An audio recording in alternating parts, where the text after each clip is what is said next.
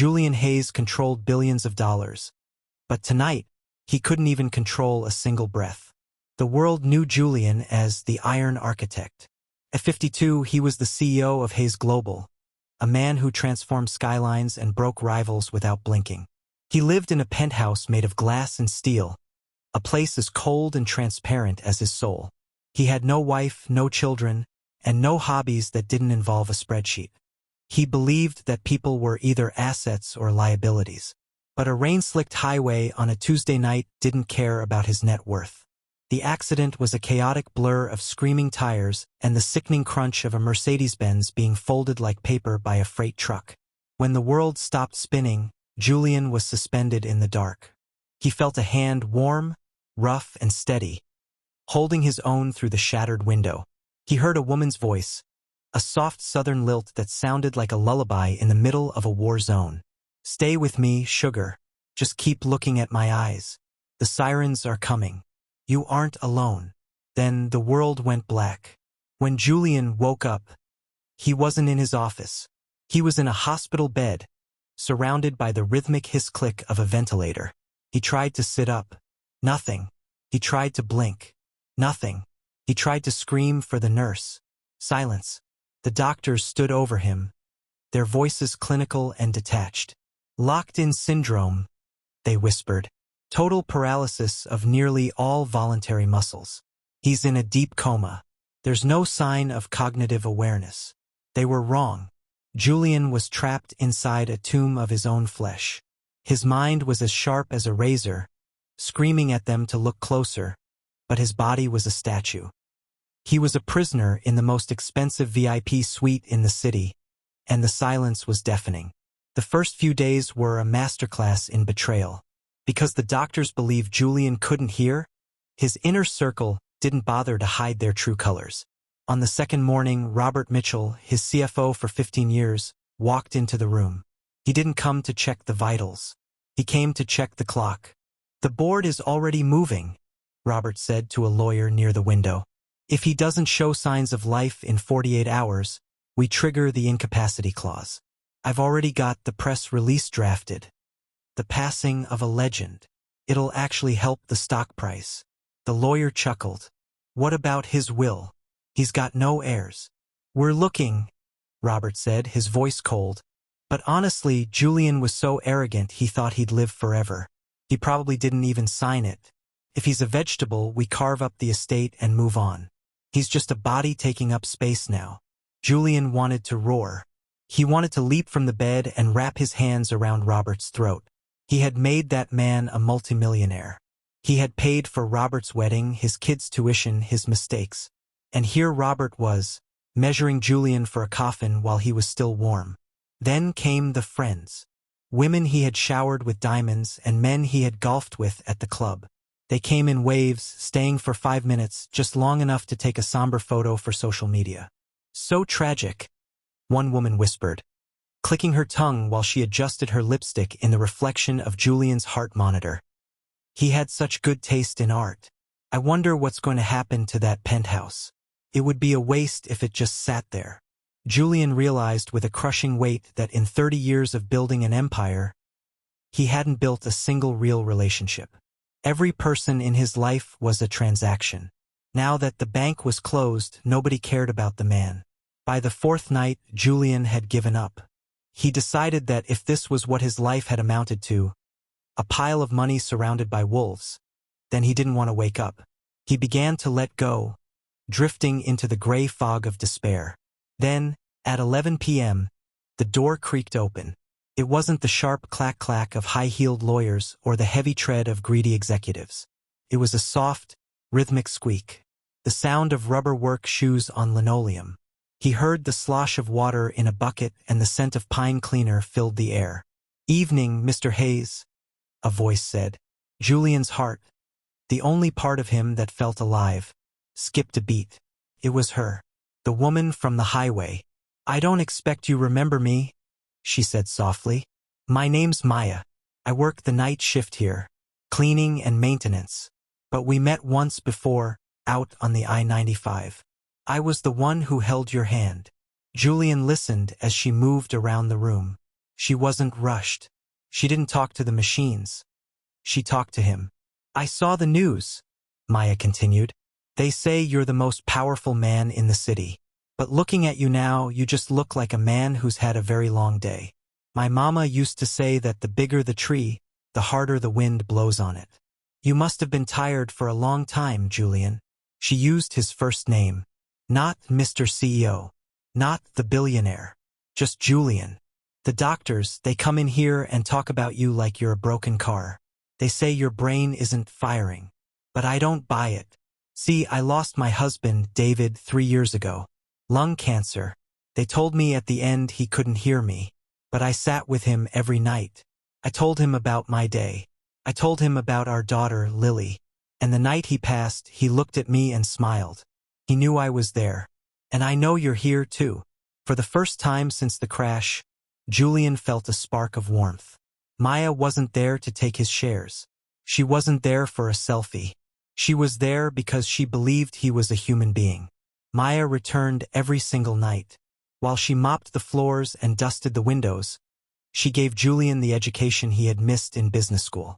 You know, Julian, she said on the 6th night, people like me, we're invisible to people like you. I've worked in buildings like yours for 10 years. I've emptied trash cans in offices while men in $5,000 suits talked right through me like I was a ghost. They think because I have a mop in my hand, I don't have a brain in my head. She chuckled, a warm, melodic sound. But we see everything. We see who's cheating on their wives. We see who's stealing from the company.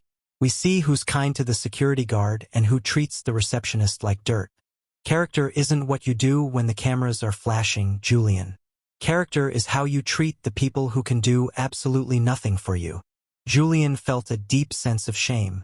He thought of the thousands of janitors, drivers, and assistants he had walked past without a single good morning.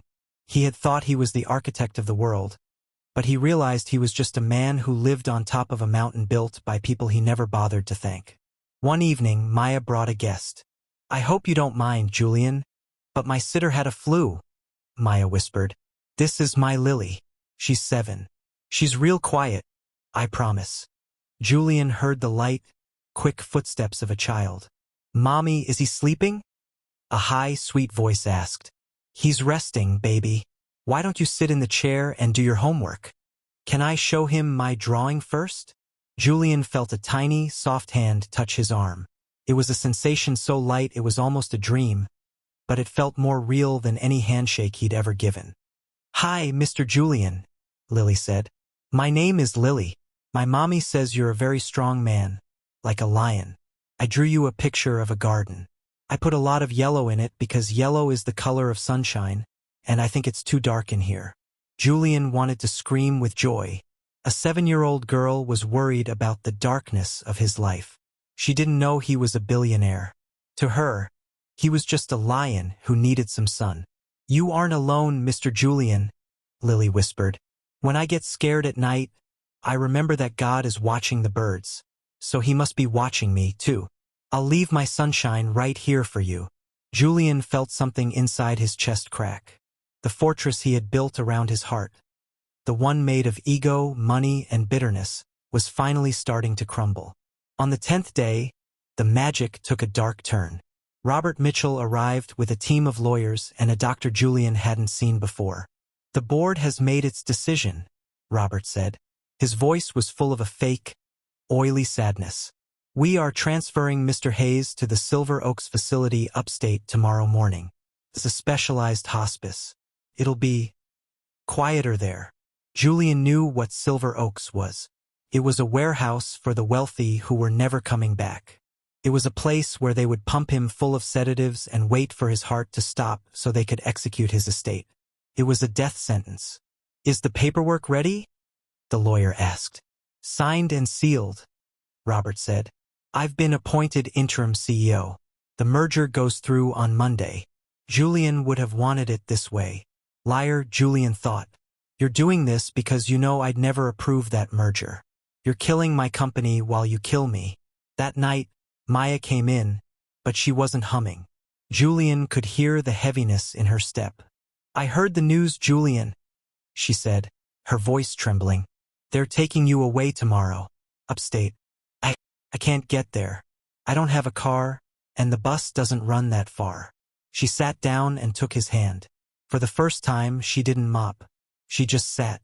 I'm gonna miss our talks, she whispered. I know that sounds silly, me talking to a man who hasn't said a word back. But you're the best listener I've ever had. You don't judge. You don't interrupt. You just listen. She squeezed his hand. I want you to know something, Julian. Before they take you, you changed my life. See, I've been angry for a long time. Angry at the world for taking David. Angry for being poor. Angry for being invisible. But sitting here with you, I realized that we all have our burdens. You have all the money in the world, and you're just as trapped as I am. She leaned in, her voice a fierce whisper. Don't let them win, Julian. Don't go to that place and just fade away. You're a lion. Remember? Lily said so. You fight. You find a way back. Because the world needs more people who know what it's like to be at the bottom. She stood up. Julian heard her gathering her things. He felt a cold wave of terror. If she left, he was dead. She was his oxygen. She was the only thing connecting him to the land of the living. Move, he commanded his brain. Move. He focused every ounce of his will, every bit of his billion-dollar ambition, into the tip of his right index finger. He imagined Maya's hand. He imagined Lily's drawing. He imagined the sunshine. Move. Maya was at the door. Her hand was on the knob. Goodbye, Julian, she said. In the bed, a finger twitched. Just a millimeter. But it was enough to catch the light. Maya froze. She turned back, her eyes wide. Julian. He pushed harder. His whole hand spasmed against the white sheets. The heart monitor began to beep. A frantic, wild rhythm. Beep, beep, beep, beep, beep. Maya ran back to the bed. Julian, can you hear me? If you can hear me, do it again.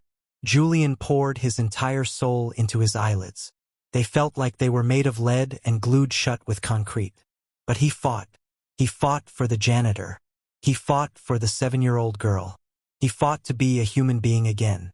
His eyes flew open. The light was a physical pain like a knife to his brain. The room was a blur of white and chrome. But right in the center of the blur was Maya. He looked at her. Really looked at her.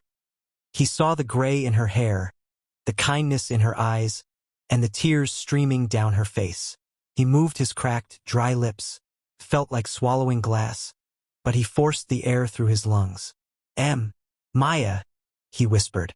Maya let out a sob that sounded like a prayer. Oh, thank God. Thank God. She didn't call the doctor yet. She just leaned down and hugged him. A real, messy, human hug. And Julian Hayes, the man who owned half the city, realized that this hug was the most valuable thing he had ever possessed. The recovery was not a miracle. It was a war. It took weeks for Julian to regain the ability to swallow, months to walk with a cane, and even longer to speak without a stutter. But he didn't care. He had a mission. He stayed in the hospital, but he wasn't a patient anymore. He was a storm. From his bed, he called a secret meeting.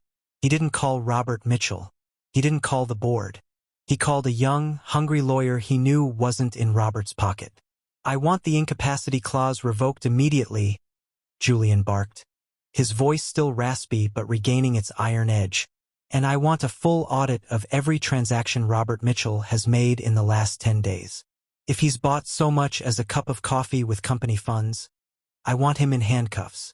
When the day finally came for Julian to be discharged, he didn't leave in a limousine. He waited in the lobby, leaning on his cane, until the night shift began. Maya walked through the front doors, her yellow bucket in hand, her head down. She looked tired. Excuse me, Julian said. Maya looked up.